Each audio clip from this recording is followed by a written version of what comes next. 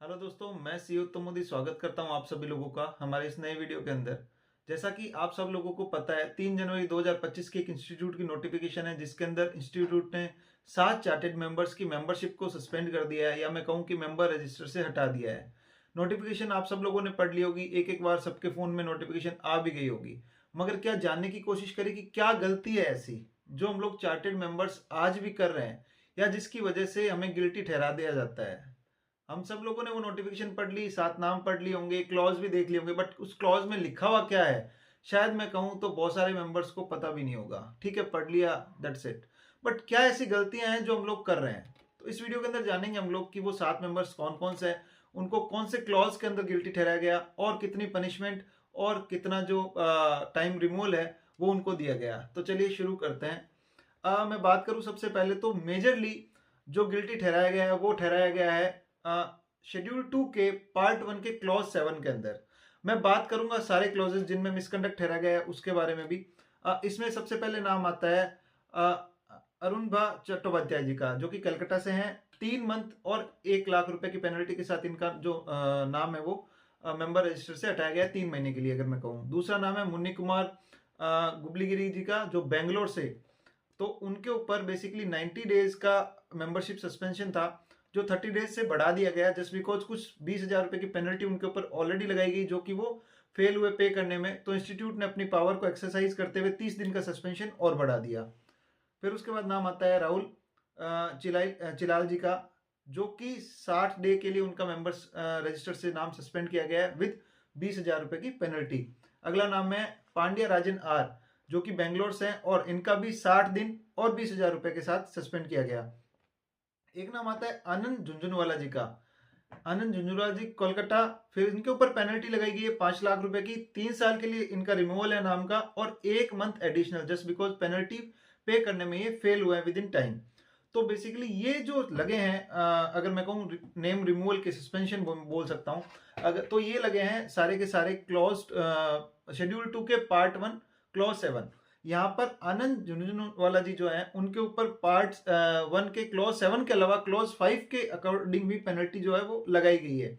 वहीं पर 2 चार्टर्स हैं जिनके ऊपर पेनल्टी लगाई गई है फर्स्ट शेड्यूल के अंदर पार्ट 4 क्लॉज 2 के अंदर।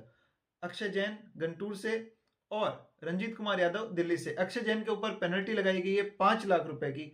इनका नाम जो 5 साल के लिए सस्पेंड किया गया है with 1 month additional just because penalty जो है वो इन्होंने टाइम से पे नहीं करी है।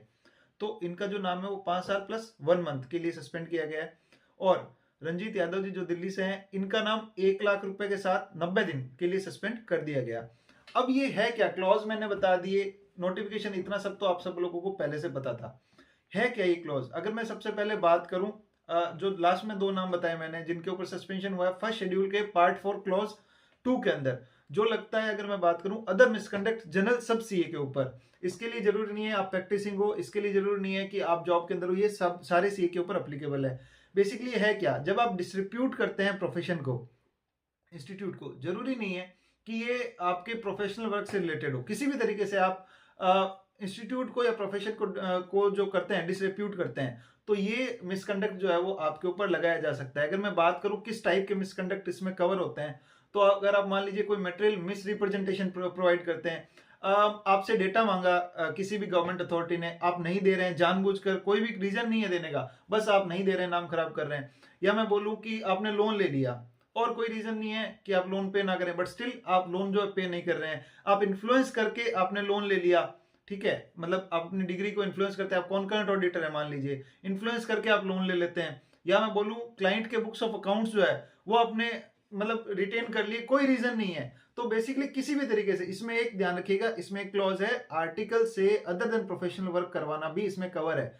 स्पेशली मैं बोलूं इलेक्शन ड्यूटीज, क्योंकि इलेक्शन गए हैं तो ये पॉइंट्स भी बताना जरूरी है कि ये भी पॉइंट इसमें कवर होता है। तो किसी भी तरीके से अगर आप प्रोफेशन को डिसरिप्यूट करते हैं तो आप इस क्लॉज के अंदर, क्लॉज है बेसिकली बोलूं शेड्यूल 1 का पार्ट 4 क्लॉज 2, इसके अंदर आप गिल्टी पाए जा सकते हैं, जिसकी पेनल्टी मैंने आपको बता दी कि इन 2 चार्टर्स के ऊपर किस थ्रू पेनल्टी लगाई गई है। अब वही बात करूं मैं मेजर चार्टर्स 5 चार्टर्स को इस क्लॉज के अंदर, क्लॉज 7 है पार्ट 1 शेड्यूल 2 का, जो सीरियस ऑफेंस एक तरह से मैं बोल सकता हूं एज ए चार्टर्ड अकाउंटेंट की इस पर लगाई गई 5 चार्टर्ड। क्या कहता है ये क्लॉज?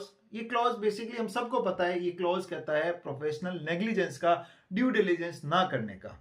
ये fail to perform your duties, आपकी ड्यूटी है ड्यू डिलिजेंस करना, अगर आप वही नहीं कर पा रहे हैं तो ये क्लॉज लगा दिया जाएगा और इसके अंदर आपको गिल्टी ठहराया जा सकता है। तो 5 चार्टर्ड अकाउंटेंट्स को बेसिकली मैं बोलूं तो इस क्लॉज के अंदर गिल्टी ठहराया गया।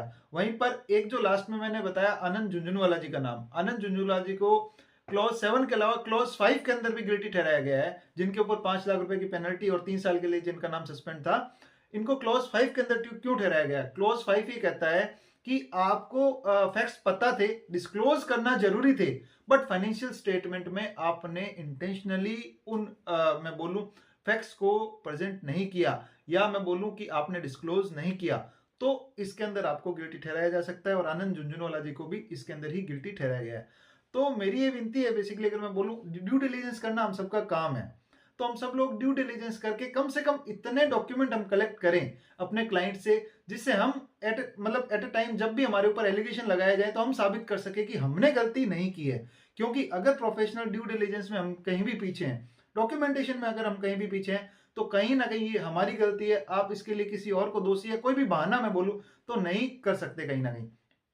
तो मैं एक ही विनती करना चाहूंगा कि प्रोफेशनल ड्यू डिलिजेंस प्रॉपर करें। इवन मैं बोलूं, अगर मान लीजिए ड्यू डिलिजेंस की बात करूं, कई बार ऐसे फोन्स आते हैं, आप सबके पास भी आते होंगे, मेरे पास भी आते हैं कि नेटवर्थ सर्टिफिकेट चाहिए, नेटवर्थ का कोई प्रूफ नहीं है, क्लाइंट को जाना है, बाहर जाना है, उसके लिए एम्बेसी में देना है, कोई प्रूफ नहीं है, देना है, और कई मेरे नए चार्टर्ड अकाउंटेंट भाई दे देते हैं, कर देते हैं ऐसा साइन।